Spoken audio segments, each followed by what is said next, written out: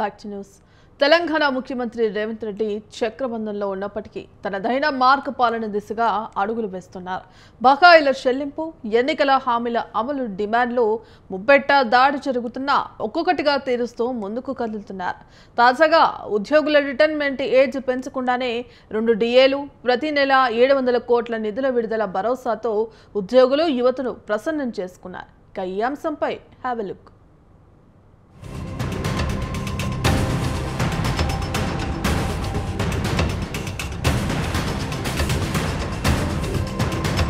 BRS ప్రభుత్వం ఖాళీ ఖజానా చేతిలో పెట్టిన సీఎం రేవంత్ రెడ్డి ప్రభుత్వ పాలనను గాడిలో పెడుతున్నారు. ఒకవైపు ఎన్నికల్లో ఇచ్చిన హామీల అమలు, గత ప్రభుత్వంలో పనులు చేసిన కాంట్రాక్టు బిల్లుల చెల్లింపు, సర్పంచుల పెండింగ్ బిల్లులు, ఫీజు రియంబర్స్మెంట్ బకాయిలు, ఉద్యోగుల రిటైర్మెంట్ బకాయిలు, ఇలా చెల్లింపుల కోసం అన్ని వైపుల నుంచి డిమాండ్లు ముప్పేట దాడి జరుగుతున్న తరుణంలోనూ ఆర్థిక పరిస్థితులకు పెరవక ముందుకు సాగుతున్నారు.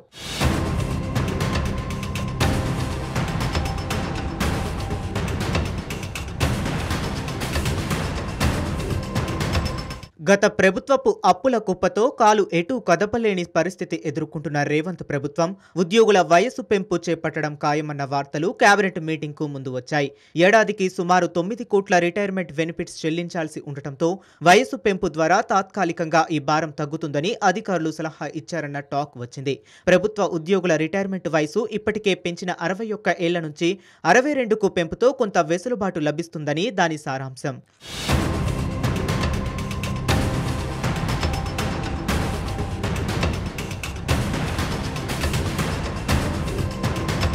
ఉద్యోగుల పదవీ విరమణ వయసు పెంపుపై కేబినెట్లో తీవ్ర చర్చ జరుగుతుందని, 62 ఏళ్లకు పెంచుతున్నారని వార్తలు చక్కెర్లు కొట్టాయి. రాత్రి 10 గంటల వరకు కేబినెట్ జరగటం కూడా ఈ వార్తలకు బలం చేకూర్చాయి. తీరా మంత్రివర్గం నిర్ణయం వెల్లడయ్యాక 62 ఏళ్లకు పెంపు అంతా ట్రాష్ అని తెలిపోయింది. ముఖ్యంగా నిరుద్యోగులు, యువత అంతా ఊపిరి పీల్చుకునే వార్త వచ్చింది. ప్రభుత్వ ఉద్యోగుల డిమాండ్లకు సానుకూలంగా 2 డిఏల పెంపు అసంతృప్తిని రేవంత్ ప్రభుత్వం అధిగమించింది. రిటైర్మెంట్ బెనిఫిట్స్ కోసం ప్రతి నెల 700 కోట్లు క్రమం తప్పకుండా విడుదల చేస్తామన్న భరోసా ఇచ్చింది. మొత్తానికి ఈ సుడిగుండం నుంచి చాకచక్యంగా రేవంత్ బయటపడ్డారని రాజకీయ విశ్లేషకులు పేర్కొంటున్నారు.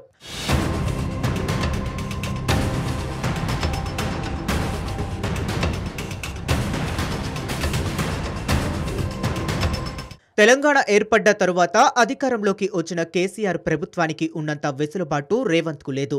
చేతిలో పుష్కలంగా డబ్బు వనరులు ఉండటంతో కేసీఆర్ ఏదైనా చేయగలిగారు. డబ్బును నీళ్లలా ఖర్చు చేశారు. ఎంతలా అంటే చివరి 3 ఏళ్లలో రిటైర్ అయిన ఉద్యోగులకు కూడా బెనిఫిట్స్ అందించలేని నిస్సహాయతకు గత ప్రభుత్వం చేరుకుంది. ఇక కాంట్రాక్టుల బిల్లులు, గ్రామాల్లో అభివృద్ధి పనులు చేసిన సర్పంచుల బకాయిలు, ఇలా అన్నిటినీ కేసీఆర్ ప్రభుత్వం పెండింగ్లో పెట్టింది.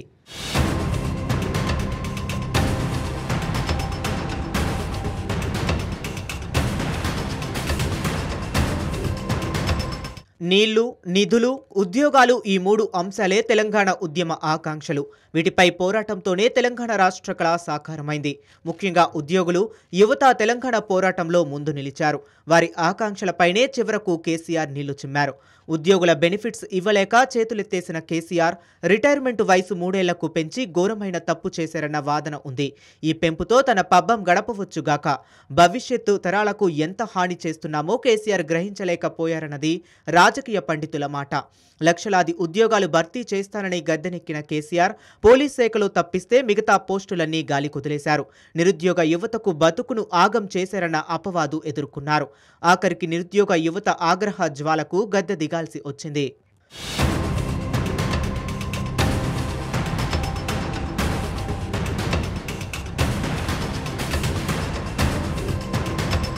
రిటైర్మెంట్ వయసు పెంచితే పరిస్థితి చక్కబడుతుందా? ఎంతమాత్రం కాదన్నది రాజకీయ విశ్లేషకుల అభిప్రాయం. అది మరింత జటిలం చేస్తుందన్నది వారి మాట. 3 ఏళ్ల తరువాత రిటైర్మెంట్ బెనిఫిట్స్ ఇవ్వాల్సిందే. కాకపోతే కేసీఆర్ తీసుకున్న నిర్ణయం కాంగ్రెస్ ప్రభుత్వం మెడకు చుట్టుకుంది. గత 2024 ఏప్రిల్ నుంచి సుమారు 12,000 మంది ఉద్యోగులు పదవీ విరమణ చేశారు. వీరందరికీ చెల్లించాల్సిన సుమారు 8,000 కోట్ల ఆర్థిక వనరుల కొరత కారణంగా పెండింగ్లో పడ్డాయి. ఇతర సంక్షేమ పథకాలకు నిధులు కేటాయించాల్సి రావటంతో ఈ చెల్లింపులు మరింత ఆలస్యమవుతున్నాయి. దీని నుంచి బయటపడేందుకు ముఖ్యమంత్రి చాలానే కసరత్తు చేశారు.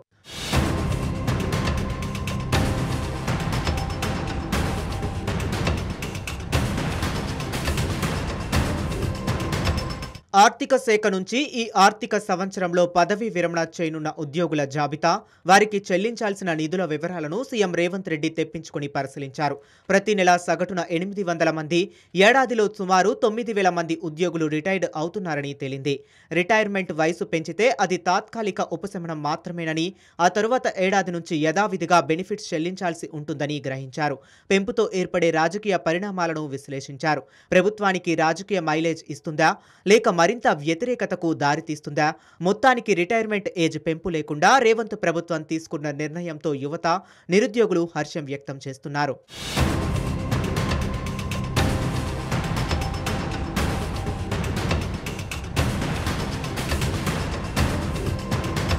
కేసీఆర్ తన తప్పుడు నిర్ణయాలకు యువతను బలి చేశారన్న వాదన ఉంది. తెలంగాణను ఆర్థిక క్రైసిస్లోకి నెట్టిన కేసీఆర్ దాని నుంచి బయటపడేందుకు రిటైర్మెంట్ వయసు 3 ఏళ్లు పెంచి పాలాయనవాదం ఎంచుకున్నారని అప్పట్లోనే తీవ్ర నిరసనను ఎదుర్కొన్నారు.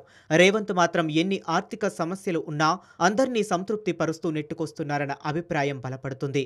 ఆర్థిక సమస్యలు ప్రజలకు చెప్పి ఒప్పించే ప్రయత్నం చేస్తున్నారు. క్రమం తప్పకుండా ఉద్యోగ నోటిఫికేషన్లు ఇస్తున్నారు. ఉద్యోగ ఖాళీలను భర్తీ చేస్తున్నారు. దీంతో అడ్మినిస్ట్రేషన్లో యువ రక్తం కొంత పుంతలు తొక్కుతుందన్న భావన ఏర్పడుతుంది.